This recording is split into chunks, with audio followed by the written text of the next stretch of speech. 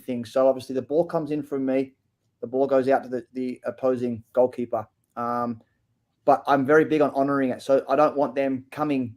So you can see there, if you just freeze it now, Mike, you can just see now I've just asked them to wait until the ball touches the foot of the goalkeeper they played the ball to before they turn back inside. And it's just being honest a little bit rather than just playing the ball and coming to the next action. And then, as you can see right here, Will's played the ball and Abe's got he doesn't know. He's got no idea what the space is coming, what space it is. And it's just transfer of weight, make sure you're keeping nice and balanced, nice and low, and then coming into a tight angle shot from me. And again, obviously honoring the second ball, which is the one underneath the screen. And then coming in tight angle shot for me. And I like the tight angle shot for me doing it off these, what I call the cut-off cones, the half cones, because there's a tendency, like when we hit a half volley, as the ball hit on a bit of a higher trajectory, the goalkeepers want to come up in their stance in their body and pop up from hips and knees, which obviously kills the space around their feet or between their legs. So just trying to keep them nice and low and balanced. And it gives me a variety of obviously distribution as well off the top of the cones. But here we're just training a transition moment, literally send it back to the screen in our ideal world, to just react what they can see. And the screen's at about 8 yards from the goal line, really. I love this. And, Suska, I don't know your thoughts right here, but I think this is so realistic to the game. This is going to be, especially if you're playing, tight spaces like this type of obstruction is going to happen consistently, and you're going to have to be able to make that transition very quickly. No, and I love this, but I also love what Chris said in the sense of being honest. When you play that ball out wide to the other goalkeeper, let's say the 6 or whatever, like, be honest. Don't just play the ball and just go on don't do the drill. Right. So when you see him play the ball out, he's waiting, seeing what happens. Then he's going on. Then he's resetting. Then he's got the ball coming from behind the screen and everything. So it's those little things make a big difference, because that is real. That is the reality of it. You're not just doing the drill. I think too, from this position, guys, is something that I spoke a little bit about recently. Like the shot that comes in from me on the second angle too. I tried to position. I'll just freeze it, Mikey, when it gets to me. Keep going. So now I've tried to position the guy that's hit the ball under the screen and the person who's received the pass in areas that they may have to parry between, if that makes sense as well. So like it might be if I'm in a position to cut the ball back and there's a forward, in line with the screen, there's a forward on the backside where now the position I'm shooting the ball from, these guys have to think about where they're putting the parry. Is it wide beyond out for a throw in? Is it back in between me and the guy in the screen to keep it this side? Might have to go high back over the person in the middle. Just putting also them now. I'm asking them to think about when they can't catch and they have to put a ball in an area that's going to be successful for second balls as well. Yeah, and I mean, and I think that is just so massive, because the thing is that, like, if it's not realistic, then now you're training bad habits, and now you're starting to get goalkeepers that are essentially conceptualizing moments as opposed to dealing with the reality in front of them. And Suska, that's something that I struggle with in regards to when I'm working with foundational goalkeepers, is that how much of this do I keep scripted? How much of this do I keep unscripted? Because they are still learning the game and learning how to move within the game. Right. But what you want to do is you play every shot for its like legitimacy. So like what Chris is saying, like, you're not just getting a paw up and knocking it down and say, okay, I made the save. It's like, in reality, where's that ball going? If you can't hold it, where are you pairing it to? Finish the save, finish the task in front of you, then move on to the next one. And what you find with foundational goalkeepers is a lot is they're, like I said, doing the drill. So they're like, oh, I made the save. But that you didn't finish the save. You didn't parry it into the right spot. You're just worried about the next shot. And so it's got to be one thing at a time. I mean, I think that's a really good point right there. I think that what I've noticed is that, and I see this a lot of times at the younger ages, Chris, and I'm sure you've seen this as well too, is people literally yanking goalkeepers into areas as opposed to letting them explore and get scored on. Like, let them get scored on as opposed to just force feed them where to be, because they're never going to learn how to be able to do it on their own that way. Yeah, I think it's them playing with the comfort levels of where they want to be. You can see in this picture right now that the little deflector is on top of the 6-yard box. You got a couple of mannequins to deal with there, but we talk about the depth, the height. Where do you want to be? Are you more comfortable up close to the deflector? Are you more comfortable 3-4 yards behind it and give yourself a a chance to react. You know, there's so many in like a session like this in front of us. There's so many facets to the actual positioning of the goalkeeper, the different angles of the shot. This is just a similar one of what you just saw on the other side, and that's why I put these two together. But now they can see the ball the whole way, so they have a different dynamic now of getting their feet going. They know it's going to hit the deflector. Do they start to go down if they're going to get beat, or they try and keep their feet a little bit longer, knowing it's going to come off there? Are their eyes good enough to see it's going to hit? You know, how high do they come on the shot here on the right-hand side, or their left-hand side, our right-hand side, if we're looking at it? You know, if they come too far or too close to the shot taker, are they giving themselves left option for the cutback or the ball back across the box? And each goalkeeper is going to be different. So 100%. You know, some keepers are better up closer to the deflector, and maybe that's their reaction, and they're like, you know, cats, and that's great. And others might need a little bit more depth 100%. And give themselves a little bit more time to react. And each keeper it's not black and white. Each keeper's got to find their space. And that's why I think it's important for us too, as goalkeeper coaches. Then we must train those individuals in that moment. There's no point in me, if Will's more comfortable being close to the deflector and Marco's more comfortable being deeper, there's no point in me trying to train Will like I train Marco. Right. But the philosophies are the same. The ideas are the same. You know, the profile of the goalkeeper is similar, obviously. But their ideals and the way we train them is slightly different. Yeah. You know, I wanted to bring this up because, like, yesterday I had a session with a young woman, and you know, she said to me, "Oh, I thought I'm supposed to drop back in this moment right here." And this was a cutback scenario, right? This was a cutback scenario, and the ball was cut back inside the box. And she's like, "But I thought I'm supposed to drop back." I'm like, "Well, you have to look at it logically." I'm like, if the ball went negative, if the ball goes negative out.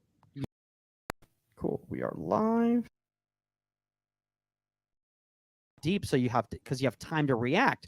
But if the ball is coming in closer, you're going to have to come up higher and use those reactionary abilities of yourselves to cover off that dangerous space.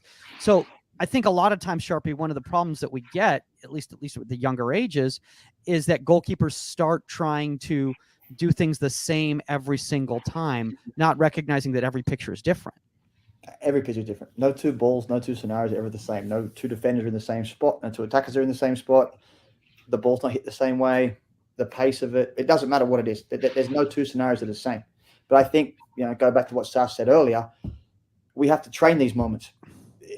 Everything's different. And this is, for me, the transition piece is chaotic. It's a chaotic moment. You're out of position. You're scrambling. You've got to get your feet settled. We talk a lot in our sessions about trying to be in the best position, not the perfect position. Right. The perfect position doesn't really exist unless you are planted in the right spot at the right moment, exactly the right time. But the best position you can get to get your feet settled, to get yourself balanced, to give yourself the best chance to make the save, you got to be out of position sometimes, 100%. You might be too far left, right, too high, too deep, doesn't matter.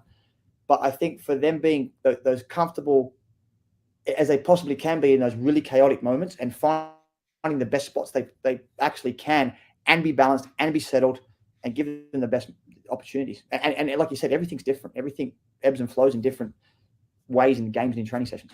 Yeah, and even with your training session, Mike, like the concept is, okay, maybe I'm supposed to drop deeper here, but does the pace of the ball and does the situation call for that? Like dropping deep you might be behind the play, then you might be too late. So by the time you get that depth and try to set, the ball's in the back of the net. So, you know, like Sharp said, it's better to be kind of set and them trying to get into the proper position, right. You know. And I think that's something that I see a lot of times when it comes to young goalkeepers in transition, Sharpie, is that they literally all of a sudden get in their head and they're like, "Oh, I'm supposed to be over there." And then by then it's too late, type of a thing. Yeah. And I think, look, the pace of the ball, you know, a little girl, you just said that if she drops to the line, and even though the ball's gone negative, if that ball's rolled negatively slowly and she can at least close the space rather than dropping off, then brilliant. If she's turns on the same line and is, you know, cuts across her goal on the same line that she started on because that ball's been zipped in quickly, brilliant. You know, there's no right or wrong answer. It's just, like I said, different goalkeepers in different methodologies in different moments. But, you know, the outcome, the effectiveness of the movement and the position they take up has to be of the same nature. It has to be effective. I love what you just said there in regards to like the pace of the pass too, because Saskia, I didn't even think about that in regards to the coaching points that I made with her yesterday, but that is absolutely so integral. If the ball's played slower, you have more time to come and steal space. So yeah, if the ball's played slower and you can come out and steal space, and now the only thing that now you've stolen enough space that you've basically the only thing that the player's seeing is you, then that's great. If you do it from a like black and white standpoint, okay, technically if the ball's out here, then I'm supposed to be deeper, and you take it that way. Well, no, it's the situation. It's how slow is the pass. If the pass zips in, then get in position. If it's slow, come out and steal space. So it's there's so many factors there. Yeah, and I like it, like even in this activity right here, Sharpie, like you're showcasing kind of the fact that like you might get caught leaning one direction, and now you got to improvise and you got to adjust and you got to deal with the moment in front of you, as opposed to like, well, I'm going to create the video. All right. And you should be getting a notification on your phone from the app right now. And we will get this going here. Here we go.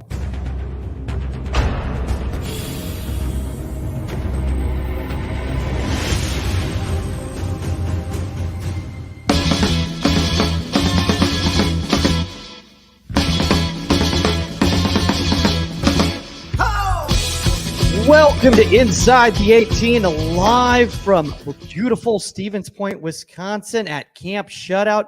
I'm Michael Magid. With me, no 99 World Cup winner Saskia Weber, because she's too busy working for Fox Sports. I mean, honestly, Fox Sports, who needs Fox Sports when you have Camp Shutout, the Camp Shutout network, the Camp Shutout closed circuit network. But that's okay, because we have somebody who can definitely fill in the shoes of a 99 World Cup winner. We have Gillette goalkeeper Morgan Shirley joining us. Morgan, you had no idea this was going to happen, did you? No, I did not.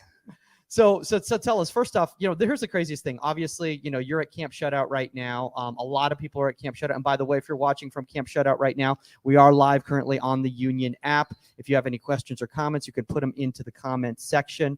But like, first off, the thing what happened to me was like, I had one of the coaches here come up to me and they're like, hey, there's this, do you know this girl, Morgan Shirley? I'm like, that sounds like some sort of like insurance company or like an investment firm or something like that.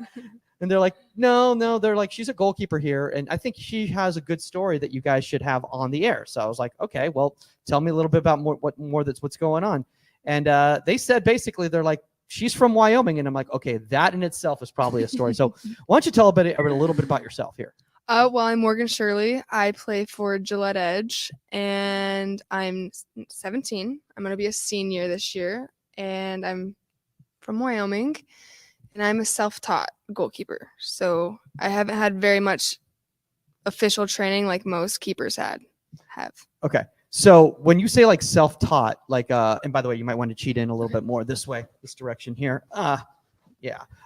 When you say self-taught, do you basically mean like, you're like, I want to be a goalkeeper, and you're like, so what do I do? Like, you just went online and Googled goalkeeper? Is that what happened? No. So I played soccer since I was little. Okay. And my little team, when I was younger, when I was about 7 years old, my team needed a goalkeeper. So we'd kind of just like switch rounds. We'd go back and forth between goalkeepers, and I got in, and I was like, you know what? I really like this position. So I've kind of stuck with it. And now I'm 17 and I'm still playing the same position. I love it. I love it. Because like, so here's the thing that like the way it was described to me, I felt like it was like, wait a second, this person literally just learned goalkeeping here at Camp Shutout. And I was like, that's pretty darn impressive. I mean, shout out to the staff at Camp Shutout for doing such a great job that they can make somebody a collegiate level goalkeeper in just a couple days. But the thing is that like, obviously in regards to your journey, like everyone's journey is different, right? Like not everyone plays at an ECNL club, and like not everyone's had, the top goalkeeper coaches their entire lives, right? Mm-hmm. Yeah. Correct. That is very correct. Yeah. You can always expand on that if you want to as well. Yeah, I feel like it's hard because a lot of the technical things, like the small little things, a lot of these goalkeepers have their goalkeeper coaches like correcting them. But then I kind of have to do it by myself, where I don't get so much corrected every single time. Like I make like a small mistake with a little thing. So I feel like that's a very difficult like prospect to hit, because I'll go to college camps and ID camps, and every single time like I'll be like, hey, like what can I work on? They're like the small things. Yeah. And the hard thing is that I've never had anyone like correct me on those small little things like these ECNL, GA, DPL players have. And see, and that's actually a really interesting thing. And when we get into today's topic is going to be like finding opportunities for yourself and creating opportunities for yourself in regards to doing kind of your own independent study. You know, that actually can be kind of almost refreshing because of the same fact, like a lot of the young goalkeepers, because they've been in an environment where like they've been so overtrained, they're almost like robots and they can't improvise in the moment. Mm-hmm. That's correct. Yeah, I agree. Yeah. So let's talk a little bit about that. So like you kind of have been able to like kind of find your own technique while you're out there. Like, can you add on a little bit about that? Oh, well, I have a personal trainer, and we help like plyos and all that kind of stuff. So we do lots of ladders, small footwork, but I also play volleyball and basketball. I used to play basketball. So a big thing is I always take larger steps than I need to. And I've never really had like a coach until like if I go to camps, like when I went to Soccer Plus or like here Camp Shutout, they really more focus on like the smaller steps. Yeah. But like it's more like muscle memory type thing. It's hard for me to like correct that like in like such a small amount of time, and then I'll go back and start training like by myself, and then like that habit just kind of like runs through again. Gotcha. And I don't have someone like trying to correct me on it. Now, Morgan, do you have your phone on you right now? It is right there. So you should go on the Union app and you should open up this stream, because people are probably going to be asking questions, especially young goalkeepers in the youth groups over there, because they might have some questions in regards to how they can get discovered. So let's kind of just delve into this topic right now. And that topic is kind of making opportunities for yourself. So I know you can't talk about it right now in regards to like what's going on with you, but you are kind of in the process, the whole college recruiting process. And when you're coming from a smaller area, let's just say that's not as like, football heavy or goalkeeper heavy, what's that process kind of like for you? And you just go to explore right there. And then, okay, if you go to explore, it should come up right. Oh, okay, right yeah, there. right okay, there. Thank you. Yeah, there you go. And then Thank you can put in the comments right here. You can say, hey, I'm Morgan. You can put your handle in here and probably turn down the volume. Yeah. So it's a tutorial on learning how to be on a podcast, guys. That's what's going on right now. Okay. So anyway, so yes, you can type in right here and just I would put in your handle and say, hi, hey, I'm blah, blah, blah. If anybody's got any questions about college recruiting or, coming from a smaller, smaller club, and how to get seen, that sort of thing. You can put that in the comment section right there. So you can do it. I can't do it because like that's your phone. I can't take your phone from you. So if you want to type that there, you can. Okay. Yeah. You're like, okay, I'm not going to do that. But then I'm just going to do this. So, okay. All right. Hey, this is at Michael Magid, and I am using Morgan's phone because she's currently on the air. If anyone's got any questions about college recruiting, coming from a small club, put them in the comment section. We are all ears right now. That sounded weird. And done and send. All right. So, and that's your handle there. I love it. Okay. Yeah. Okay. So let's talk about that. How does it go when the college ID process, when you're not coming from an ECNL big club or, development academy or whatever they're called now, EA Sports, I don't know. They're always changing the names of these programs and stuff like that. I feel like it's a little more difficult because I feel like a lot of coaches kind of go for the big name. If with like my experience, and like a lot of time, like I said, like all these goalkeepers have goalkeeper coaches. I've been asked a few times at like the D1 schools, D1 level, if I had a goalkeeper coach, and I've had to respond with no. And they were like, okay, find a goalkeeper coach, work on these technical things, and then get back to us. Okay. And like let us know who that goalkeeper coach is. Let us talk to them. But I've never really been able to find one. I feel like the closest goalkeeper coach I've worked with a few times is 6-7 hours away. I thought you were going to say he's 6'7". And I was like, oh, wow. I was like, you found a very tall goalkeeper coach.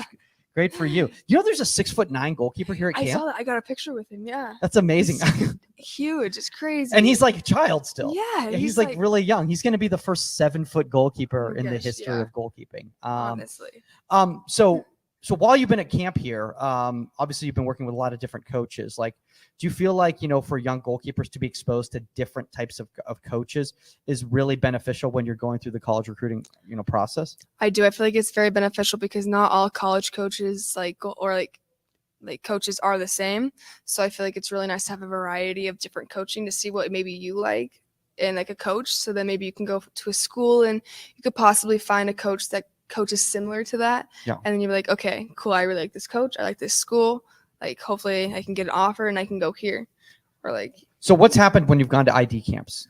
So I compete really well, but like the UCNL have quick tighter footwork. So they've really contacted me with tighter footwork, smaller steps, and I've done really, really well. And then to the point where they ask me if I have a goalkeeper coach, who is it? Let them know, and I've always had to say no. So then I've just they'll email me, and then they won't respond. Gotcha. So that's happened to me a few times. But that's common though. The Yeah. thing is and you don't need to wait for me to ask you a question. You can just blab on as much as you want on the show. That's how we do it here. It's very casual. But that's how they kind of do it though, is it seems like that's just business in general. Mm-hmm. If someone, because they're so busy, if they don't see it, not even necessarily that you're not good, it's just that you might not be the right fit for them. They might have already chosen a goalkeeper. Yes. They just don't respond, and which is very difficult for any college coaches out there listening right now. If there's any way that you can find a way to just engage with these young athletes and share with them, kind of your decision, just so that they're not waiting around, it would be great. I mean, I know that's a perfect world, and I know we're all very busy and stuff like that, but it would be pretty useful, right? Mm-hmm. Yes, it would. Yeah. It would save a lot of feelings, I feel like. So let's talk about, so you get these notes, right? You get these notes tighter footwork, working on this, working on that. And then you're like, yeah, that's great. I live how big is the town that you live in? 36,000. Okay. So That's not good size. It's a decent for Wyoming. For Wyoming, it's a good size. 36,000 people live on my street, I'm pretty sure. So it's a little bit different in some parts of the country. And with that being said, you go, great. Here's what I've been told that I need to work on. There's no one in my area that I can do this with. So how do you go about it? How do you go about this independent study? Well, usually I'll find YouTube videos on small footwork or cross steps or micro steps. And then I'll just try and implement that into certain training habits.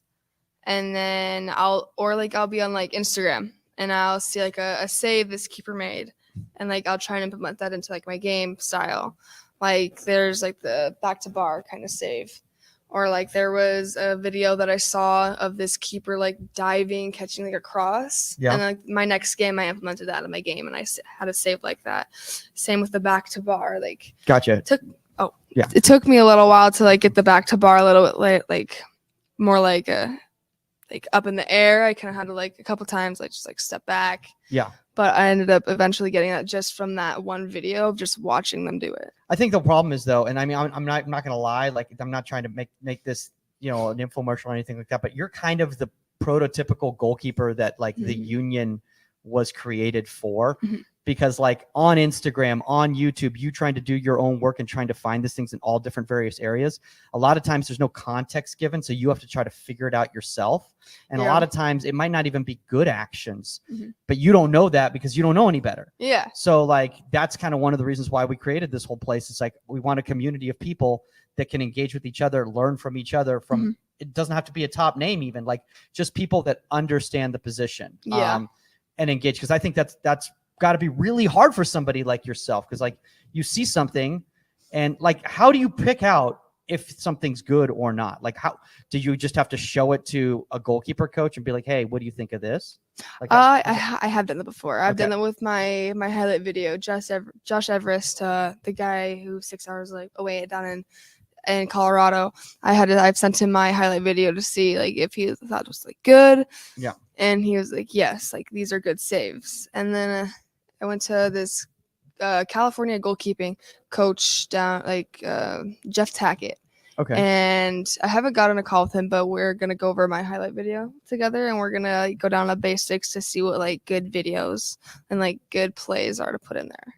Gotcha. Yeah, no, I mean, I think it's really important to get, perspectives from different types of people. I mean, like, I think one of the most difficult things, and this is kind of like the whole thing of kind of trying to like narrow the playing field, is like when there's somebody like yourself, and like if you had been living in like, let's say Los Angeles, or Chicago or whatever, like maybe all of this would have been done 3-4 years ago. Oh yeah, definitely. I feel like I'd be more technically sound than I am now because I'm kind of just like raw.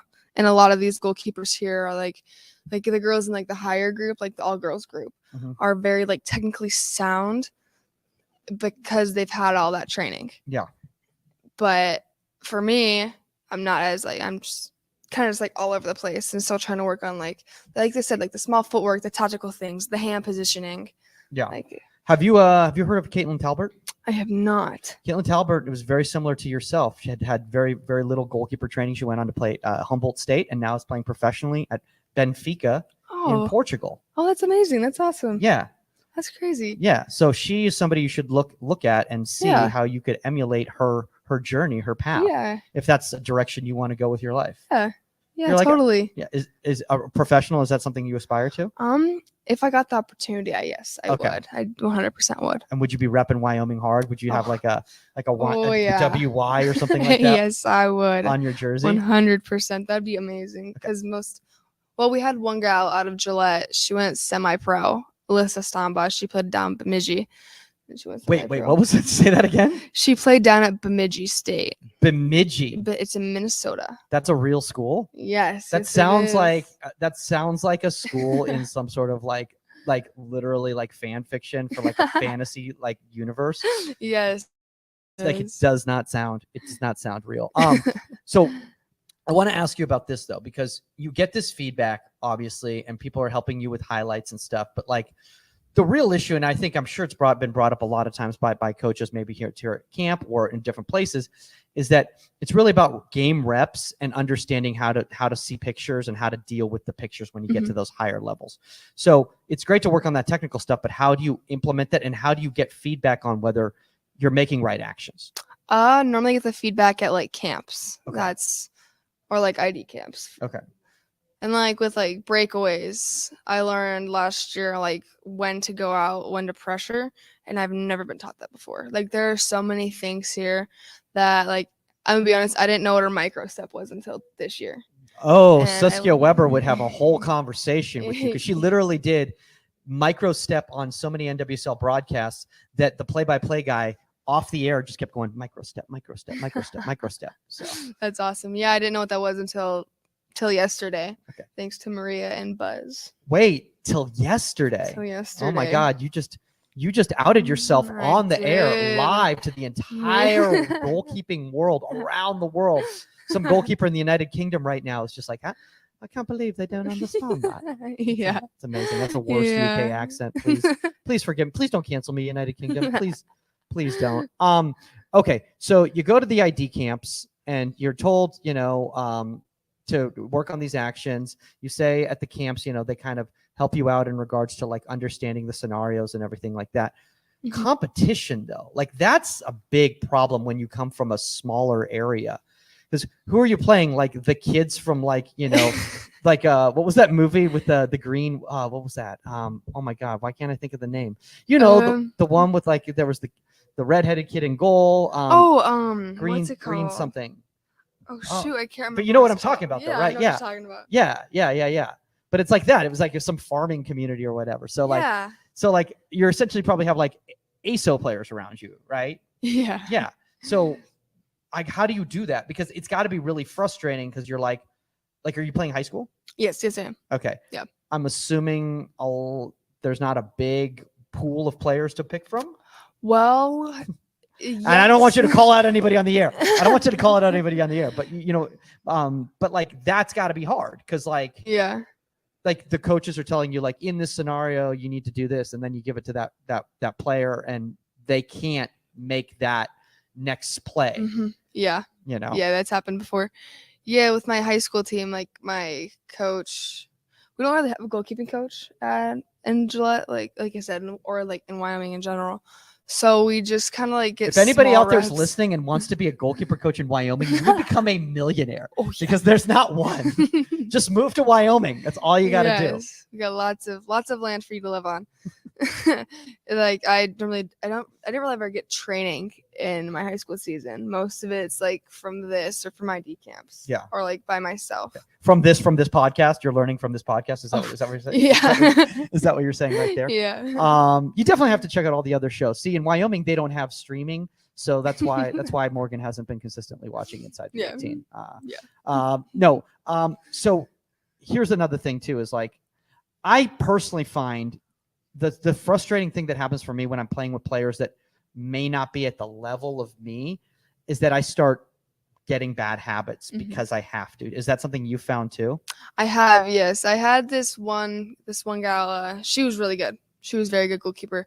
We were around the same level. We just had like certain like pluses, like I don't know what the word is. Like she was really good at breakaways and attributes. Attributes. And I was really good flying in the air. Okay. And so we would like push each other on those certain like attributes that we were better at than the others. So that's what really pushed me. And then she just graduated. That's what she helped me get a lot better. And then so she's graduated. She's playing in college. She's going to Casper College. You're making up schools. Casper Community College. You're literally making up schools. There's no way these are real schools. The Yeah. next thing you're going to say is like somebody's going like Hufflepuff U. Like literally these. Yeah. Oh my God. I please tell me Casper University, their mascot's a ghost. It has to be. It has to be. I'm not sure what their mascot is. I'm not sure. Wait, Casper's a real town in Wyoming, right? Yes, it is. Okay, cool. I knew I'd figured that out. But like I know for myself, like a lot of times, like I'm being told to play the ball short and the players can't do it. So I just start getting lazy and they start hitting the ball long because I'm like, I don't want to deal with that. The problem is that they want to see that you make the right decision in that moment. And it's up to that player to make that action. So if you go to a school next year and now you've got players that can handle that scenario, like you can make that play. So it's kind of like this, it's ebb and flow, because also I'm guessing like at the high school level and stuff like that, like your team wants to win and you can't just be like, no, but I'm trying to get ready for college. So I don't worry about state at all. How'd you guys do this year, by the way? Well, we got third, but the year before we won state. I've been very lucky with the team I've been on. We've probably been together since we were like, some of us have been together since we were 3, 5, 7, 9. We're 53 2-1 throughout 3 years of high school soccer. So my freshman year, we got second place at state. Okay. We went, I think 18-1. And then the next year, my sophomore year, we went 18-0. And then this year we went 18-1 as well. Okay. Wow. That's pretty good. 18-1. Yeah, we have. What happened in that one, Morgan? Oh, we lost in a PK shootout. Oh, did you not do micro steps? Is that what happened right there? Oh, no. No, I actually happened to be in the PK lineup. Okay. I was the 5th shooter. Okay. I made a pretty good save. Okay. Pretty good save. And I ended up missing my PK. The game-winning PK to take us to the state championship. You shot as a goalkeeper. I did, yes. I did. I'm a pretty, I don't want to sound cocky, pretty good PK shooter, but I feel like where'd you try to go? Low to the corner? Yeah, okay. But that's not really wanted to go, but it just kind of went there anyways. What'd you want to do? Like what's it called? called? Top right corner. Top right corner. Did not go there. That's a bold decision. Oh, yeah. And it was unfortunate. And then our 6th shooter, she made it. And then our 7th shooter, unfortunately, missed. And they won against us. That was the first game we lost in 2 years. Now, let me ask you this. So, obviously, you're going to these ID camps, but you're still going to camps like Camp Shutout, which is more, for those of you guys who are watching are all over the world and don't know where I am right now, and you're probably like, I don't know, this Stevens Point, Wisconsin, I can't believe that's a hotbed of goalkeeping. This is an enrichment program, basically. Like, there's nobody here, like, getting recruited, quote unquote. Like it's all about, just getting better at this camp, right? Yeah, I actually had a coach here recruiting me like yesterday and the day before that. But other than that, I've never really seen Okay, any never other- mind then. Everybody here is getting recruited by schools. Well, what I mean by that is like this Camp Shutout's not a university. Like, yeah, so no. like this isn't an ID camp to get Stan's not choosing you for the Camp Shutout University. Oh no. Yeah. No. Exactly. Yeah. Which I personally think, honestly, I think it's easier to perform in an environment like that Mhm. because like you don't know who's watching you. Like Yeah. it could be as opposed to like at a college showcase where it's like you see those people set up like those little chairs with like their little notepads. folding chairs and they got their little notebook and they've got sunglasses on with the wraparounds and you're like, that's a coach. Yeah. And then like you like look behind you and you see them and they're writing something like, what are they writing down about Are they me? writing about me? Yeah. And most likely they're probably just writing their lunch order for somebody to get them. That's probably really what's happening. So how do you now go about, making your decision? Like, what are you looking for as somebody that because I'm guessing a lot of schools are calling you a project. Kinda. Yeah. I'm talking to 3 schools now. I was doing pretty good at the beginning, June 15th, when I was able to talk to schools. I was talking to a few D1 schools. Wait, what? Hold on. Division 1? You just said Division 1. You're talking to a Yeah. few Division 1 schools. Yeah. You're like, I have no skill. Like, I'm a project. I don't know how to move. I've got no micro stepping. I'm just looking at like high level Division 1 schools. You know how it is. Yeah. By the way, here's a comment here in the comment section. Guys, keep putting comments in the comment section. Like I said, we are live right now from M_Morse 2024 goes, wow, shooting a PK as a goalkeeper. Great job, Mo. Do you know this person? I do. She's my roommate. No way. Yeah. Oh my gosh, that's amazing. Okay, so shout out to M_Morse 2024, who I don't know anything about other than that sounds like it's AI. I feel like you're rooming with an artificial intelligence. Maybe. Is ChatGPT your roommate? Is that what's going on? Oh man. Oh my gosh. So what are you looking forward to, like, now that you get to the next level? I'm just looking forward to playing. Okay. I honestly don't care what level I play at. I just want to go play soccer Okay. in college. Okay. So that's all that you care about. You don't care about what type of education you get or like that the too. campus activities or anything like that. We're trying to provide a public service announcement for all the young goalkeepers out there who are making decisions purely off goalkeeping. Don't do that. Please don't do that. Yeah, don't Please do that. don't do that. I'm probably looking to major in anthropology. Okay. And then I want to look for someone that's kind of like a home away from home. Okay. Kind of like not big, but not like super duper small. Okay. So like, Is that, do you think that's important though, to know like what type of person you are and what type of environment you want to live in yeah, for like 4 what kind of years? environment you thrive in. Exactly. Yeah. I think that's massive because, like, I'll be honest with you, like my first college that I went to, I ended up in the transfer portal because I hated the campus life. Mhm. And by that, I mean, there was no campus life. It was a commuter school, which basically meant it was like, I'd be in like a class with like some 28-year-old, like, like parent. And I'd be like, oh, maybe this is not the right college for me. By the way, now we got Tiamin's going, let's go, Mo. That's also my roommate. That's also your roommate. Yeah. Okay. That's So- Michaela, and then that's Tabby. Tabby. Tabby. Okay. I love it. Is that a nickname or is that her name? That's her name. I think it's her nickname. It's probably Tabitha. Yeah, Tabitha. Yeah. She wasn't named after a cat, I'm assuming. No. Okay. Is it Tabby like a orange striped cat? Yeah, it's like a tabby cat. Yeah, it's like a tabby cat. I call her that sometimes. Does she look like that? Does she look like a tabby cat? Definitely. Timmons, please tell us if you look like a tabby cat. Please put a picture of yourself in the comment section so we can see. I love this. This is so cool because this is what we talk about, like when we talk about like Camp Shutout versus like going. And I'm not trying to make this a commercial for Stan, or the shout out to Stan and everybody at Camp Shutout, because you guys do a great job. But like, this is definitely a goalkeeping community. When you go to like a college ID camp, sometimes you can kind of feel like you're rooming with your competition. Oh yeah. Yeah. And does Yeah, that feel sometimes. weird? No. Okay. Not normally. I feel like it's good to like bond with your competition. Then you can like, I don't know. Yeah. Beat them. I don't know. Then you can beat them. I don't know. You're like Be better. you're like it's better to keep your friends closer, your enemies closer. Everybody. Oh yeah. Oh yeah. Oh boy, jeez, my gosh, Morgan with the knife in the back right now. I don't even know that. So now obviously, you're pretty close to your decision. Is that what you're saying? I am, yes. Okay. I'm deciding where I'm going at the end of this month, beginning of next month-ish. Okay. Is that really hard? Yes. Why? My feelings have gotten hurt a lot. There's a lot of schools that I've wanted to go to that I've looked at, I've gone visits on. And there's other schools that you just want to stick it to them, right? You just be like, oh, you didn't get back to me in an email? I'll be all conference against you next year. Yeah, pretty much. Yeah, sometimes it's just like a bummer. I went to this ID camp one time and they were interested, and then they ended up signing a 24 like a day before that camp. And I was like, oh, no, my feelings are kind of hurt. Like, I feel like I wish sometimes coaches would be a little more honest. I've had a few coaches be pretty honest, like, hey, yeah, we're looking at this other goalkeeper, or yeah, we're bringing this other goalkeeper on a visit just in case it doesn't work out with you.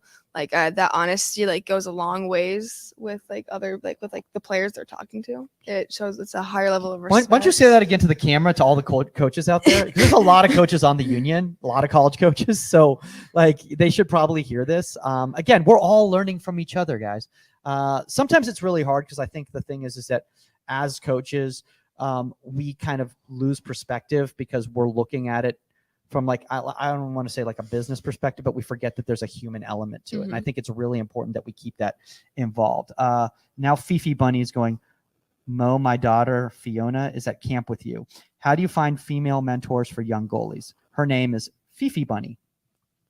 Well, I've kind of and throughout my town, there's this one goalkeeper. She played up Bemidji, Alyssa. She's come back a few times. Bemidji.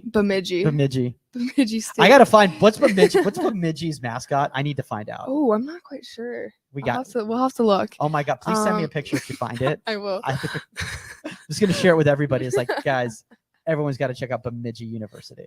Yeah. Okay. Just kind of find I was pretty close with her, so she just came down and occasionally I would train with her. She would just text me, say, hey, I'm starting this schedule, we can train. And then kind of here I found a lot of mentors. Cece, for example, I text her and I'll occasionally ask her questions on certain things. I asked her, I forgot what I asked, footwork wise last year, of things I can improve on, things to help me work on. So it's just finding those close people that you Did you vote for her in the superhero draft for her team? I did not. Oh boy. Okay. No, I did not. Okay. Well, in that case, you know what's riding on that, right? An NIL deal. So.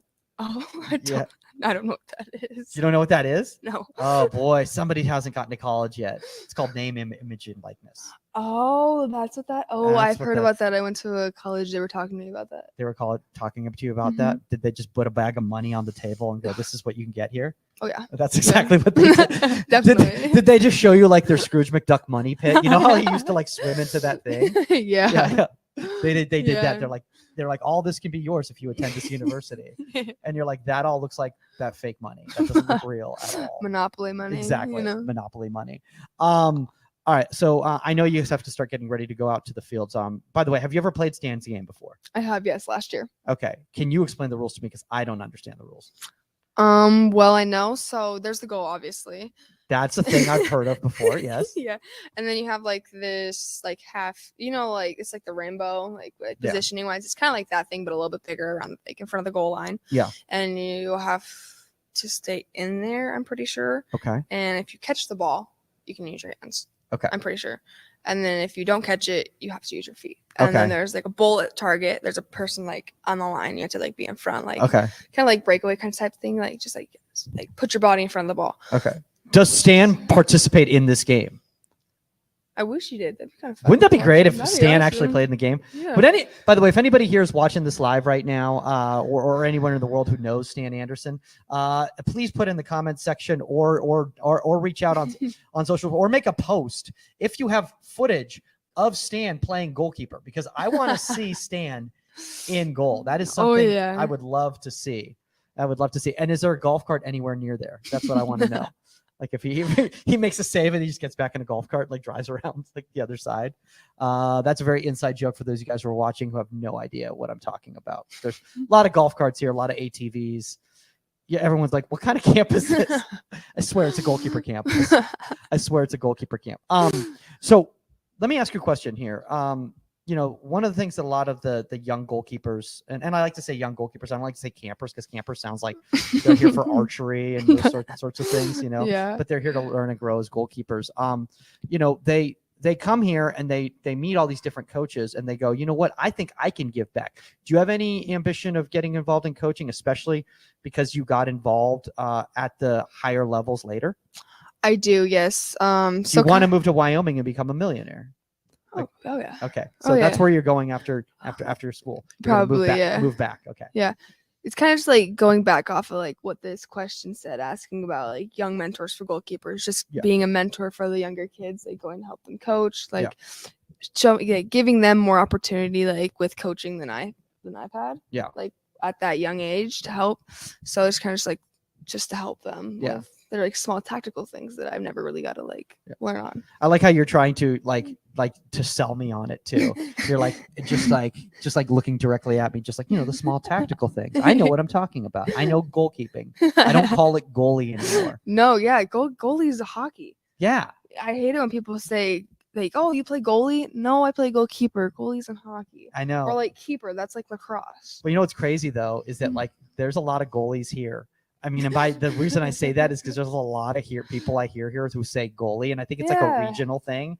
Yeah. I think it's like all like northern, like Michigan, Minnesota, like all those places, South Dakota, North Dakota.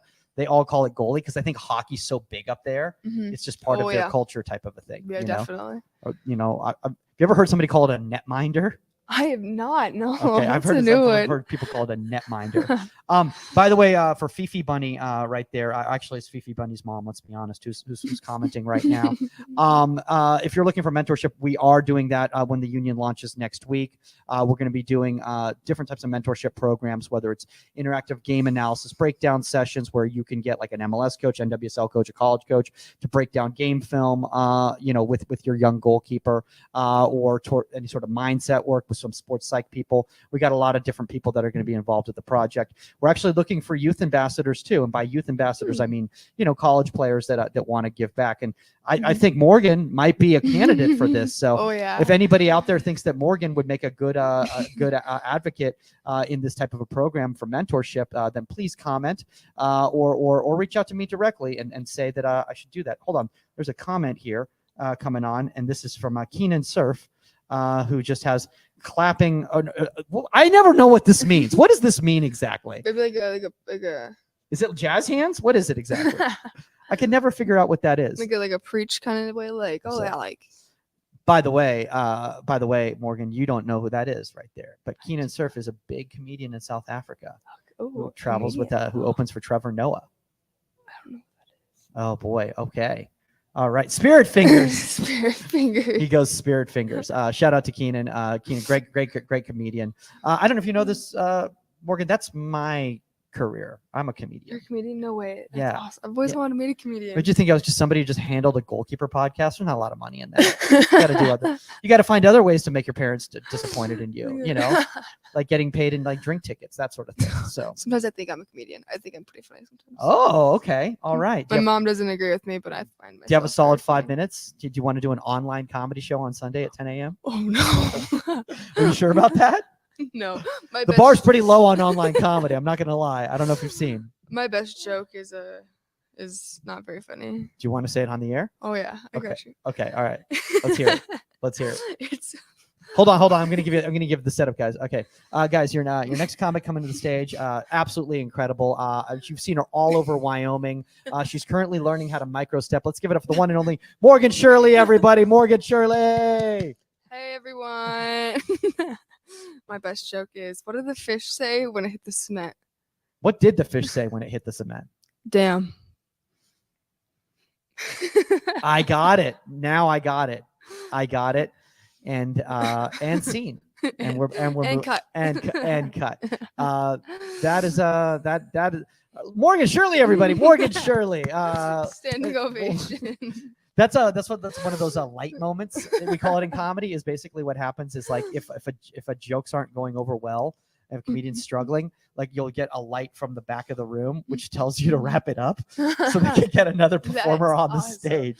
That's funny. It's a great experience. It's a great Oh, experience. man. Well, Morgan, I think you would make a great advocate. I think you would make a great mentor for there's a lot of young goalkeepers, especially who will be on the Union, who may not be in a top ECNL environment because it's not available to them, or they're new to goalkeeping. And maybe you could share a little bit of your insight to them. So if people want to connect with you directly on the Union, what is your handle on the Union? Mo Shirley 05.